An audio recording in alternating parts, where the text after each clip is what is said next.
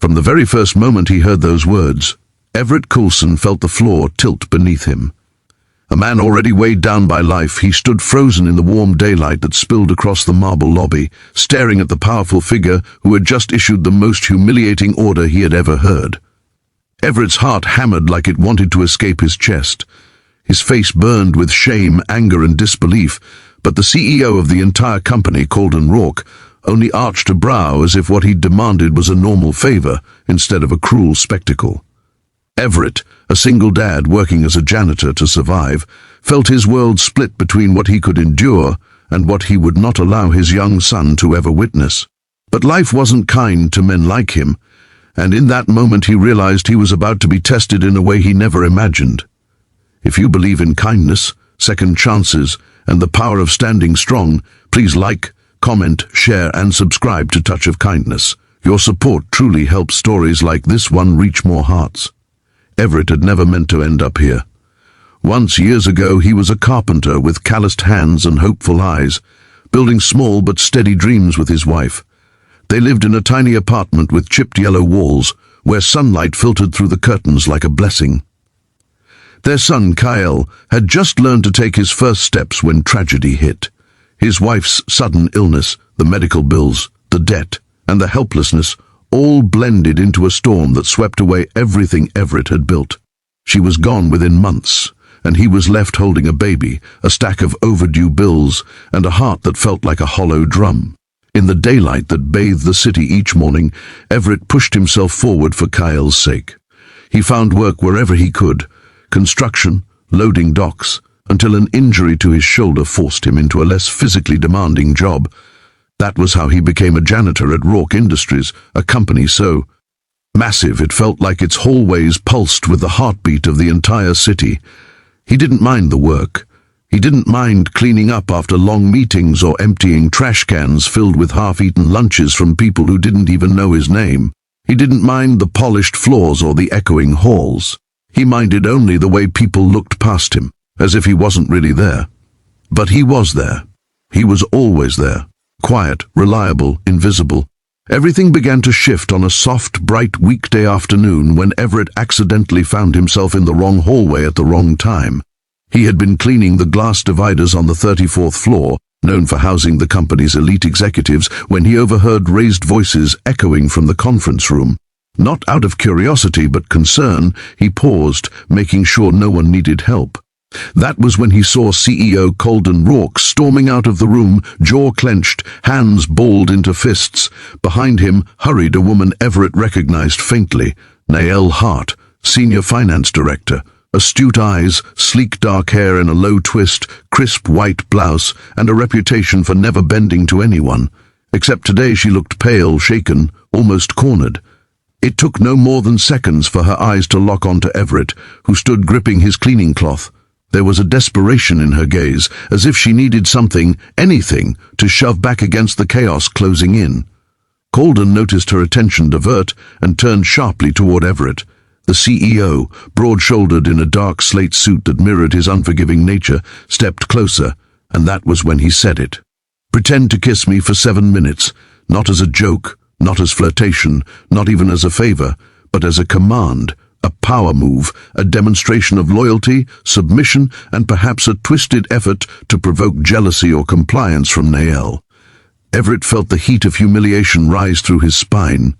Colden stared at him with an expression that said he expected obedience, simply because he held the title and Everett held a mop.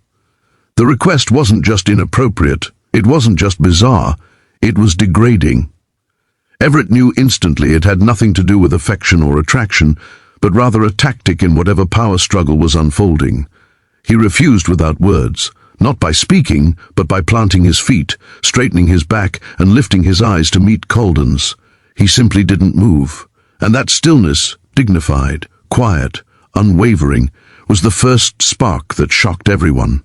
Naelle blinked, something bright flashing across her face. Colden's brows lowered, confusion then irritation replacing his earlier arrogance. But Everett didn't waver. He didn't apologize. He didn't cower. In the warm sunlight pouring through the full-length windows behind him, he looked impossibly steady, like a man carved from patience and storms survived. Colden turned sharply and left, muttering something under his breath, the sound of his expensive shoes echoing down the hallway. Nael exhaled shakily, as if she'd been holding her breath the entire time. She approached Everett, thanked him softly, and walked away. A small moment, a simple moment, but it shifted the air of the entire floor. Everett didn't think of it again. He went back to work, cleaning the reflective glass until it shined. He didn't know what ripples that act of silent defiance would create, because someone had seen, someone had filmed. Within a week, Everett became the quiet talk of the upper floors. Executives he'd never spoken to began nodding politely. Some whispered. A few smiled with new respect. He didn't understand it until Nael herself approached him again on a luminous morning, holding her tablet. On the screen was a short video clip, the hallway confrontation, his refusal, his calmness, his strength. It had been captured by security footage and leaked internally. People admired him not because he challenged authority, but because he did it without cruelty, without spectacle, and without fear. Nael asked to speak with him privately. Everett hesitated, unsure why someone from her world needed someone from his. But she insisted. Inside her office, bathed in gentle daylight filtering through tall frosted windows, Nael explained everything. Colden had been pressuring her into unethical financial approvals, twisting her professionalism into compliance. Her refusal had triggered his anger. When he saw Everett standing there, he'd used the janitor as leverage in his attempt to belittle her. Everett's refusal had not only protected his own dignity but had inadvertently shielded hers. She told Everett something he never expected. She admired him, his strength, his boundaries, his quiet courage. She knew how people looked through janitors. She knew how power tried to swallow those who didn't have titles, and she wanted to help him.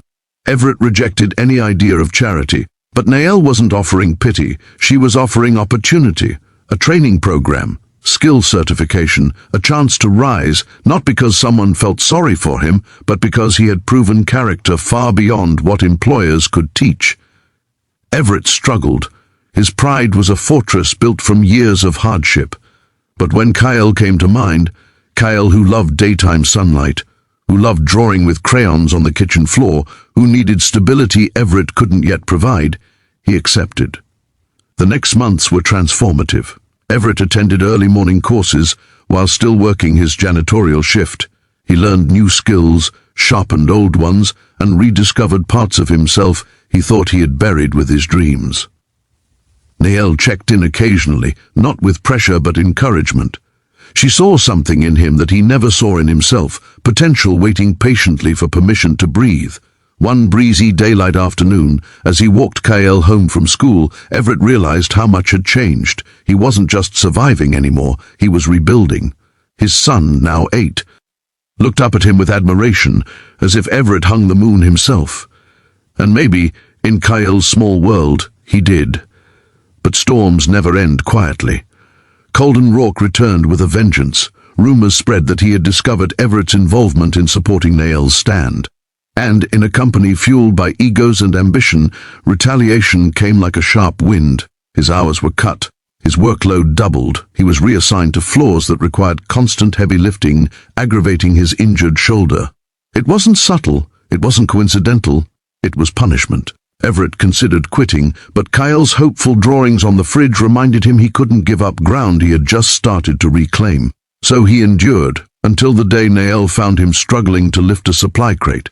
Sweat soaking through his navy shirt under the glowing midday sun streaming through the loading bay windows. She took him upstairs immediately, and that was the day everything changed. Inside the glass-walled executive boardroom, sunlight flooded the space with a clarity that felt symbolic. Nael had gathered senior executives who respected fairness. She revealed everything. Colden's coercion, the unethical demands, Everett's punishment.